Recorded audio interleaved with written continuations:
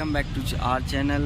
आज है 25 फेब और अभी आए थे हम स्वामी विवेकानंद पार्क में, क्योंकि यहाँ पे बढ़िया थॉट्स लिखे हैं। ये पिलर्स बने हुए हैं दोनों साइड, बढ़िया स्वामी विवेकानंद के थॉट्स लिखे हुए हैं। तो अभी इवनिंग का टाइम है, 5 बजे हुए हैं। तो मैं अजय के साथ आया था और बैठे हुए थे यहाँ पे। अजय ये बैठा है, बात कर रहा है, लेकिन बैठे हुए थे और दो दोस्त और आए थे, तो वो थोड़ा चले गए हैं काम से, तो आ रहे हैं, तब तक हम लोग बैठे हैं पार्क में। इसलिए हम लोग बैठते हैं, थोड़ा सुकून मिलता है यहाँ पे, क्योंकि नेचर के बीच में बैठने से अच्छा थोड़ा फील होता है। क्योंकि जितना भी टेंशन वगैरह होता है दिन भर के काम से, दिनचर्या से हमें जो भी टाइम मिलता है, उसके बाद हमें बैठना चाहिए, समझना चाहिए, क्योंकि हम भी एक नेचर ही हैं। मतलब जो हम हैं, इंसान हैं, प्रकृति से ही आए हैं, प्रकृति में ही चला जाना है।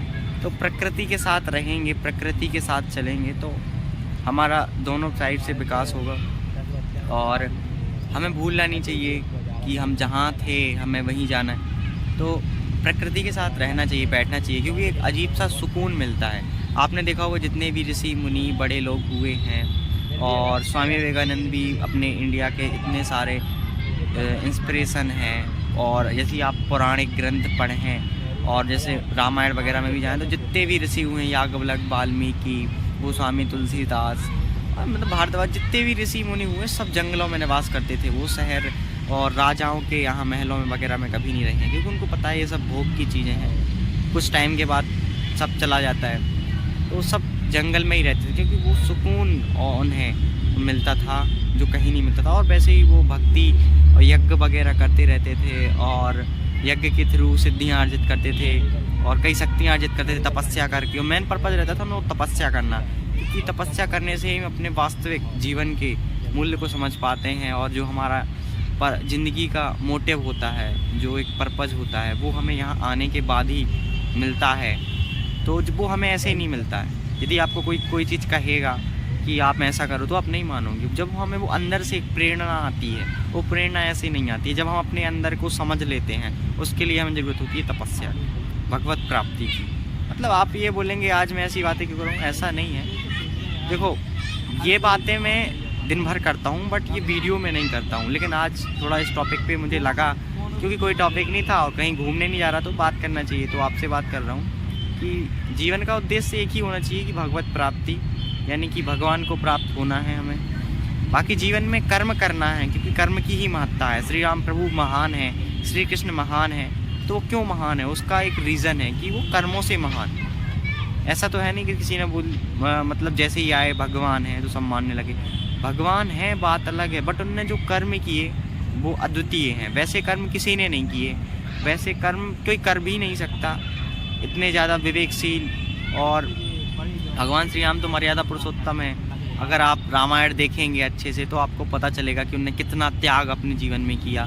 सुबह राजपाट मिलने वाला था, रात तिलक होना था, अचानक रात में कुछ हो गया माता कैकेयी की वजह से। और सुबह पता चला कि जिसको राम भगवान को, श्री राम भगवान को राजपाट दिया जाना था, पूरी प्रजा प्रसन्न चित्त थी, खुश थी। दूसरे दिन क्या हुआ, दूसरे दिन ही उन्हें पिता द्वारा बुला के 14 वर्ष का वनवास और दे दिया गया, और भरत को राजपाट दे दिया गया। फिर भी उनने सहर्ष स्वीकार कर लिया।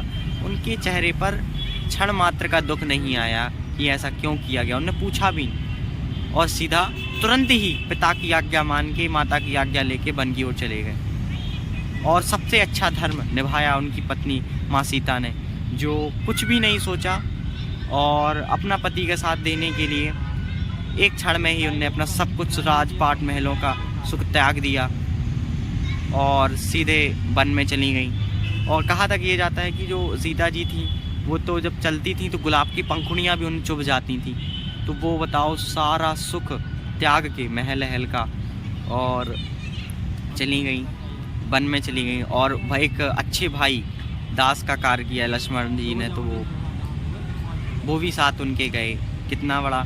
तो जब हम इतिहास में देखते हैं या ग्रंथों में पढ़ते हैं, तो हर जगह यही है कि मनुष्य का जो जीवन है, हमारा जीवन है लाइफ का, तो मतलब वो इसी सब में उलझा हुआ है।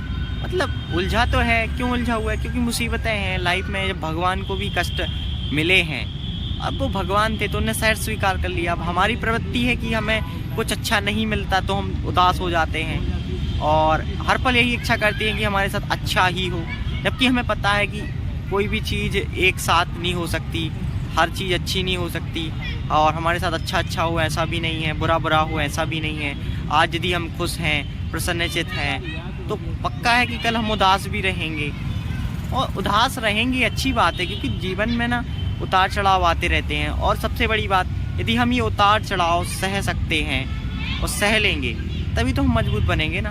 और ये उतार चढ़ाव ऐसी चीज़ है, यदि नहीं आएंगे तो हमें नहीं पता चलेगा कि हम ये सब भी सह सकते थे। अब जैसे आप बताइए, यदि कोई एग्ज़ाम है, अब जब तक आप उसे देंगे नहीं तो आपको कैसे पता चलेगा कि आप उस एग्ज़ाम को निकाल सकते हैं। इसीलिए तो स्टेज बनाए गए हैं। जैसे हमारे यहाँ भी एजुकेशन सिस्टम है, पहले 8वीं पास करो, 10वीं पास करो, 12वीं। तो जब आप 8वीं पास करते हैं तो 10वीं पास करने की जिज्ञासा बढ़ती है, हमें पता लगता है। अब सीधा किसी को 10th क्लास में पहुँचा दोगे तो पास हो जाएगा क्या?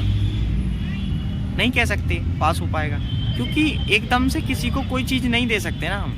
तो लेवल्स बनाए गए हैं, पहले 8th पे 10th पे 12th, तो हमें पता चलता है कि हम 12th ही पास करते हैं। फिर हम कॉलेज भी कर सकते हैं, कॉलेज में भी अच्छा करते हैं। तो यही है कहने का मोटिव कि लाइफ है, सब कुछ चलता रहता है। तो अब लाइफ है तो अप्स एंड डाउन्स आएंगे, हमें झेलना पड़ेगा। और कई बार तो ऐसा होता है कि हमें समझ भी नहीं आता कि हमारी लाइफ में क्या चल रहा है, मतलब कुछ भी ऐसा नहीं चल रहा होता कि हम समझ पाएँ। और कई बार ऐसी सिचुएशंस आ जाती है हमें कुछ समझ ही नहीं आता कि हमें करना क्या है। तो उस टाइम हमें ज़रूरत होती है खुद को समझने की, ना कि किसी से ज्ञान लेने की, मोटिवेशन लेने की। तो उस समय मैं तो एक चीज़ करता हूँ, जो मैं जब ज़्यादा परेशान होता हूँ तो उस टाइम में सबसे दूरी बना लेता हूँ।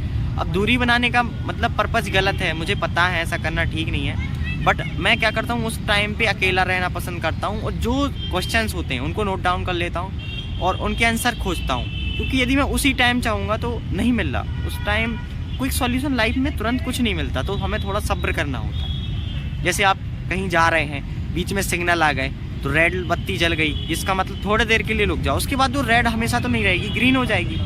तो हम क्या करते हैं, हम तुरंत प्रयास करते हैं, इसीलिए फिर हमारे साथ अच्छा नहीं होता। तो जब भी लाइफ में लगे कि रेड सिग्नल आए तो थोड़ा दुनिया से अपने आप को अलग कर लो, प्रकृति के बीच में आके बैठो, खुद को जानने का प्रयास करो। तुम क्या चाहते हो, तुम्हारी लाइफ का पर्पज क्या है, जीवन में आप क्या करना चाहते हो, किस लिए आए हो, आपकी लाइफ का एम क्या है। अभी सच बोलूँ तो लाइफ में ना, ज़िंदगी में जितने मतलब मेरे जितने ही फ्रेंड्स हैं, मैंने बहुत लोगों को देखा है, बहुत से लोगों को तो अपनी लाइफ का एम ही नहीं पता, मोटिव ही नहीं पता कि वो लाइफ में करना क्या चाहते हैं। और सबसे बड़ी बात तो यही है कि किसी को पता भी नहीं होता कि वो किस चीज़ में आगे जा सकता है या किस चीज़ में उन्नति कर सकता है, उसकी लाइफ का एम क्या है, पर्पज क्या है, वो हमें ऐसे पता नहीं चलता। वो हमें तब पता चलता है जब हम करते हैं। मतलब कोई भी चीज़ ऐसे पता नहीं चलती, हमें करके देखना पड़ता है। लाइफ में जब हम करेंगे नहीं तो कैसे पता चलेगा। अब जैसे कोई कॉलेज में आता है, पता चला कि उसने स्ट्रीम गलत चॉइस कर ली, फिर बाद में पछतावा होता है। तो हमें कब पछतावा होता है, जब हम उस चीज़ को कर लेते हैं, तो हमें करने के बाद ही पता चलता है वो चीज़ गलत थी। हम ऐसे किसी के कहने पे कोई डिसाइड नहीं कर सकते, क्योंकि अभी मैंने देखा है अपने बहुत सारे फ्रेंड्स को, सबका यही चल रहा है कि लाइफ का एम जो मोटिव है वो नहीं डाइवर्ट हो पाते। और हमारे साथ क्या होता है ना कि सिचुएशंस हमेशा एक सी नहीं चल रही होती हैं, कई बार बहुत सारी सिचुएशंस एक सी हो जाती हैं और फिर उम्र के साथ हमारी जिम्मेदारियां बढ़ जाती हैं जिन्हें हमें समझना होता है। तो उस टाइम पे हम डिसीजन नहीं ले पाते कि हमारे लिए क्या सही है क्या गलत है, तो हमें बहुत प्रॉब्लम्स होती हैं। तो अभी मेरे साथ भी रिसेंटली ऐसा हो रहा था, तो मैंने तो यही सोचा कि सबसे दूरियां बना ली और फिलहाल खुद को जानने का प्रयास किया कि मैं गलत क्या कर रहा हूँ। तो कुछ सवालों के जवाब मुझे मिले हैं, कुछ शायद आगे मिलेंगे। और बस यही है, जब भी मैं ज़्यादा परेशान होता हूँ तो मंदिर चला जाता हूँ या फिर कहीं पार्क में बैठ जाता हूँ या फिर ऐसी जगह पे जहाँ पे सोशल मीडिया से दूर रह सकूँ। और क्योंकि सोशल मीडिया हमारी देखो लाइफ का एक पार्ट है, पूरी लाइफ नहीं होना चाहिए, लेकिन हम क्या है उसको पूरा लाइफ बना चुके हैं। सुबह से लेकर शाम तक हमारे सारे काम सोशल मीडिया पे हो रहे हैं। घर में हम बैठ रहे हैं, बातें हो रही हैं, तो उसके बाद भी हम फ़ोन चला रहे हैं, मम्मी पापा से बात कर रहे हैं। मैंने सबसे जनरली देखा है कि हम लोग अपने घर में बैठते हैं तो एक ही घर में है, उसके बाद भी हमारी व्हाट्सअप पे चैटिंग हो रही है, इंस्टा पे चल रही है, कोई छत पे है तो उसको बुलाने के लिए हमें कॉल करना पड़ रहा है। मतलब एक साथ रहने के बाद भी हम एक साथ नहीं हैं। तो क्या होता है, हम सोशल मीडिया की लाइफ देखो अच्छी है, ज़रूरी है, पर पूरी लाइफ तो नहीं ना। हम यदि एक कमरे में बैठे हैं, चारों साथ हैं, चारों मोबाइल चला रहे हैं, तो क्या हुआ लाइफ का एंजॉय कब करेंगे? क्या सोशल मीडिया ही पूरी लाइफ बना रखा है सब? सोशल मीडिया पार्ट है तो सोशल मीडिया को एक थोड़ा टाइम लिमिटेशन कर लो कि मुझे इस टाइम लिमिटेशन में चलाना है। अब ये नहीं कि पूरा दिन आप सोशल मीडिया पे जा रहे हो, अपने लाइफ का एम ही भूल गए हो। पढ़ाई कर रहे हो तो भी फ़ोन साइड में चल रहा है, खाना खा रहे हो तो चल रहा है, पूरे दिन सोशल मीडिया। मैं भी इस चीज़ का बहुत एडिक्ट हो गया था। मुझे समझ नहीं आ रहा था कि मैं क्या कर रहा हूँ लाइफ में। जब देखो तब सोशल मीडिया प्लेटफॉर्म्स चला रहा हूँ एवरी टाइम। तो जीवन में वो सुकून नहीं था, वो शांति नहीं थी, एक चीज़ नहीं थी कि मैं वो फोकस नहीं कर पा रहा था लाइफ में। और कई बार सबके साथ होता है कि हमें जनरली पता है, सबको लगता है कि वो फोकस कर पाते हैं, बट एक बात है कि अभी ज़्यादातर लोगों को मैंने देखा है कोई फोकस नहीं कर पा रहा लाइफ में, सब डिस्ट्रैक्टेड हैं। अब आप खुद यदि आपको पता करना है आप फोकस कर पा रहे हैं कि नहीं कर पा रहे हैं, आप सारा सब कुछ छोड़ के 5 या 10 मिनट या 30 मिनट के लिए बैठ जाइए योग मुद्रा में और आंखें बंद कर लीजिए। आपको उस टाइम पे कुछ नहीं सुनना, कुछ नहीं सोचना, आपको केवल सांस लेनी है, सांस छोड़ना है। आप देखेंगे कि आप कंसंट्रेट कर ही नहीं पाएंगे, आपके दिमाग में वो सब चलेगा जो 24 घंटे से आप कर रहे हो, नहीं कर पाएंगे फोकस। इसीलिए हम अपने जीवन के मोटिव को नहीं समझ पा रहे हैं, क्योंकि सोशल मीडिया में इतना एडिक्शन है कि 24 घंटे हम वही चला रहे हैं। तो हम चाह के भी खुद को नहीं जान पा रहे कि हम वास्तव में हैं क्या, और वो हमें कब पता चलेगा, जब सोशल मीडिया से थोड़ा दूर रहेंगे। तो आज का सेशन कुछ ज़्यादा हो गया है और कंटिन्यू में 10 मिनट से बोले जा रहा हूँ गाइस, तो कुछ ज़्यादा ज्ञान हो गया हो, भाषण हो गया हो, तो उसके लिए क्षमा चाहता हूँ। बट ये एक टाइप का ब्लॉग नहीं है, सेशन टाइप का मैंने बना दिया है। तो अभी तो मैं बैठा था, थोड़ा सुकून फील कर रहा था, वैसे बात करने का मन नहीं था, तो सोचा कैमरा खोलता हूँ। ब्लॉगिंग तो रोज़ करते हैं, तो आज थोड़ा अलग करता हूँ। तो आज कैमरा खोला, बस जो अंदर रखा था वो शेयर कर रहा हूँ वीडियो के थ्रू। अब तो मैं यही करता हूँ कि जब भी कुछ बोलना होता है तो मैं किसी से बोलता नहीं हूँ, क्योंकि ऐसा है ना, हम सबको बोलते हैं, सब सुन लेते हैं, सब चले जाते हैं, किसी को आपकी लाइफ से कोई फ़र्क नहीं पड़ने वाला। आप सोचते हैं कि सामने वाला आपको सुन ले, वो इंसान सुनता है लेकिन वो सिर्फ सुनता है, उसको कोई फ़र्क नहीं पड़ता आपकी लाइफ से। सबकी अपनी लाइफ में एम पर्पज़ होते हैं, सब चाहते हैं कुछ करना, तो सब सुन तो लेते हैं लेकिन सॉल्व तो हमें करनी है ना। कांटा हमारे पैर में लगा है ना, तो निकालना भी हमें पड़ेगा, दर्द भी हमें होगा। हालांकि कोई निकाल भी देगा तो दर्द तो हमें सहना पड़ेगा ना। हम ये चीज़ कैसे भूल जाते हैं, हमारी लाइफ में जो कुछ चल रहा है वो सिर्फ हमारे लिए चल रहा है, सबकी लाइफ में चल रहा है, और सबको झेलना है। और जो झेल लेगा वो संसार से में कुछ अचीव कर लेगा। संसार के भवसागर में सब आए हैं, सबको तैरना सीखना है। जो डूब गया वो डूब गया, जो तैर गया वो जीत गया।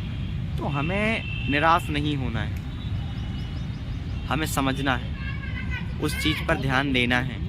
जब भी हम परेशान हो, हताश हो, तो खुद को समझने का प्रयास करें कि भगवान के पास जाएं, उनके सामने बैठें, खुद से बातें करें, हो सके तो भगवान से। मैं तो यही करता हूँ, जब भी मैं हताश होता हूँ या तो प्रकृति के बीच में बैठता हूँ, किसी पार्क में या कहीं अकेला बैठा रहता हूँ, शांति से खुद के आंसर ढूंढने का प्रयास करता हूँ, या मंदिर चला जाता हूँ, मंदिर बैठ के वहाँ पे बैठा रहता हूँ, बस किसी से बात नहीं करता, बस भगवान की मूर्ति को देखता रहता हूँ, उनसे बातें करता रहता हूँ। अब लोग बोलेंगे कैसे बातें कर लेते हो भाई, सब हो जाता है। तो सारे सॉल्यूशन ना ऑटोमेटिक भगवान दे देते हैं। कई बार लाइफ में होता है, मेरे साथ बहुत बार हुआ है, और वो मैं आपसे पर्सनल एक्सपीरियंस शेयर कर रहा हूँ। और अभी भी ऐसा ही चल रहा था, लाइफ में बहुत कुछ था तो मैं समझ नहीं पा रहा था, लाइफ का मोटिव नहीं समझ पा रहा था। फिर मैंने डिसाइड किया, तो फिर जो एक्चुअली में जो हुआ ना, तो ऐसा हुआ कि मैंने देखा, अब तो फिर रियलाइज़ हुआ, तो उसके बाद मैंने डिसाइड किया, तो वो आपको एक शेयर कर रहा हूँ। तो गाइस,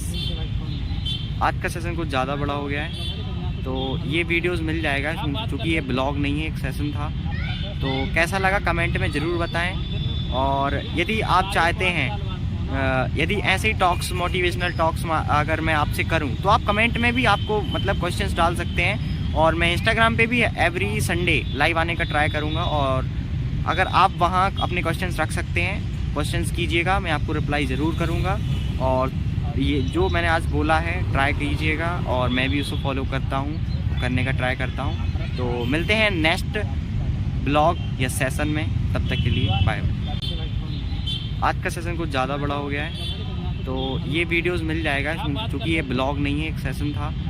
तो कैसा लगा कमेंट में ज़रूर बताएं। और यदि आप चाहते हैं, यदि ऐसे ही टॉक्स, मोटिवेशनल टॉक्स अगर मैं आपसे करूं, तो आप कमेंट में भी आपको मतलब क्वेश्चंस डाल सकते हैं, और मैं इंस्टाग्राम पे भी एवरी संडे लाइव आने का ट्राई करूँगा। और अगर आप वहाँ अपने क्वेश्चंस रख सकते हैं, क्वेश्चंस कीजिएगा, मैं आपको रिप्लाई ज़रूर करूँगा। और ये जो मैंने आज बोला है ट्राई कीजिएगा, और मैं भी उसको फॉलो करता हूँ, करने का ट्राई करता हूँ। तो स्वामी विवेकानंद पार्क में आ गए, हालांकि पार्क में नर्मदा पार्क भी है। तो गाइस आज अगर ज़्यादा मोटिवेशन हो गया हो तो उसके लिए क्षमा चाहता हूँ। और कैसे हैं आप सब कमेंट में ज़रूर बताएं। और यदि किसी को पर्सनल एक्सपीरियंस शेयर करना हो तो कमेंट में ज़रूर बताएं। और मतलब कभी ऐसी सिचुएशंस हो जब हम कोई डिसीजन ना ले पा रहे हों, तो उस टाइम हमें क्या करना चाहिए, तो वो पर्सनल एक्सपीरियंस यदि आपने किया है तो कमेंट में ज़रूर डालें। आए थे चाय पीने के पर्पज़ से, लेकिन चाय की शॉप बंद थी। गाइस ये दोनों हमारी भांज रहे हैं बहुत ज़्यादा। भाई सबके सब ब्लॉगिंग कर रही है, ब्लॉगिंग होने लगी है। सर बहू की तरह छुप रहे हो। और ये बहुत मजे ले रहा है मेरे दोस्त का। गाइस देखो थॉट्स लिखा हुआ है।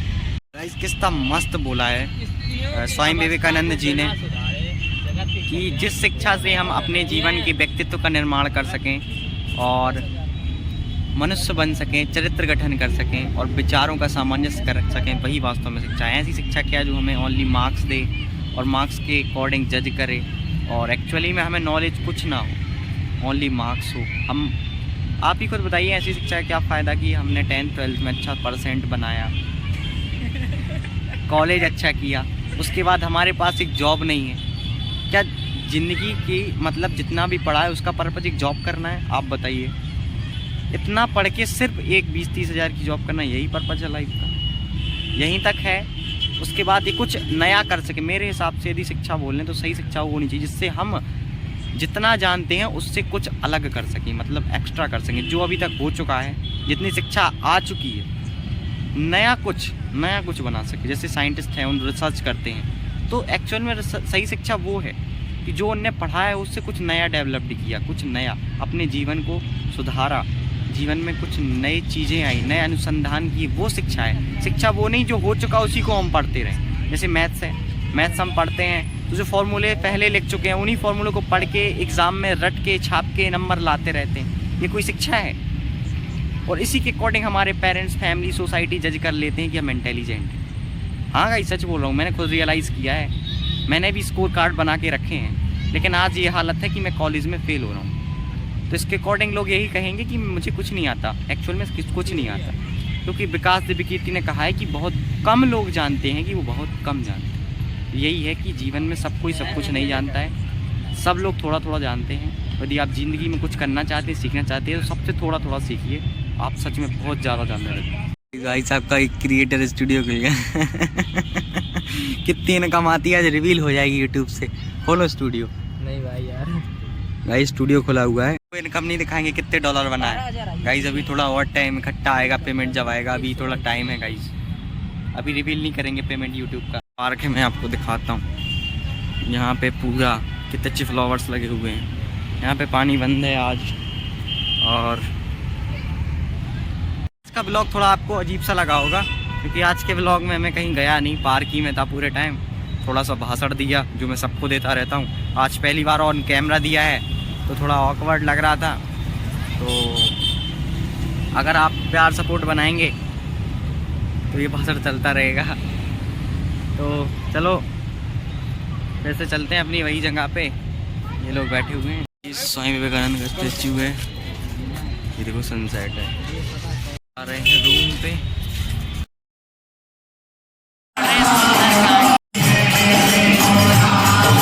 जब आए थे मंदिर, दर्शन करने के बाद सुंदरकांड पाठ चल रहा था। सुंदरकांड पढ़ा थोड़ी देर और अब हो रहा था लेट, क्योंकि पढ़ना भी है। तो जा रहे हैं रूम पे। तो मिलते हैं नेक्स्ट ब्लॉग में, तब तक के लिए बाय बाय।